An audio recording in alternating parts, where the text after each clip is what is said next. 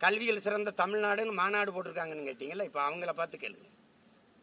5ஆம் படிக்கிற 3ஆம் பாடத்துல படிக்க தெரியலையே. பட்டப்படிப்பு படிச்சுட்டு வந்துருங்க, தமிழை பிள்ளையின்றி எழுத தெரியலையே. சரி, ஆங்கிலமாவது பேசுறானா அது அறவே தெரியலையே. அப்ப எந்த அறிவை வளர்க்கிற கல்வி இல்ல, ஒழுக்கத்தை அறநெறியை போதிக்கிற கல்வி இல்ல, வகுப்பறைகள் வர்த்தக அறைகளா போயிடுச்சு. எந்த கல்வியை எதை படிச்சா எந்த வேலைக்கு போய் எவ்வளவு சம்பாதிக்கலாம்னு, இது பொருள் ஈட்டுற ஒரு வர்த்தகத்தை, இந்த வேலைக்கு இந்த படிச்சா இந்த வேலைக்கு போல அவ்வளவு சம்பாதிக்கலாம், இதை கற்பிக்கிற கல்வி முறை ஒரு அடிமை கல்வி முறை. ஒரு கிளர்க்கியல் போஸ்டுக்கு போறது, முதலாளி எங்க இருப்பான் அவனுக்கு வேலை செய்யறது, இதுதான் அறிவு, இதுதான் கல்வின்னு கற்பிச்சு வச்சிருக்கு இந்த முறை.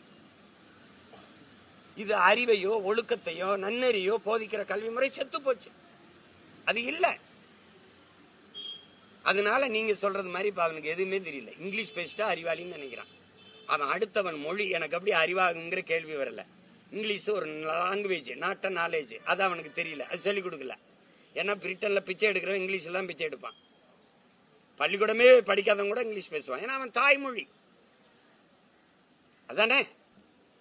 அடுத்தவன் மொழி எனக்கு அறிவுன்னு கற்பிச்சவன் எந்த முட்டாப்பைய, அவன் மொழி எப்படா எனக்கு அறிவாகும்?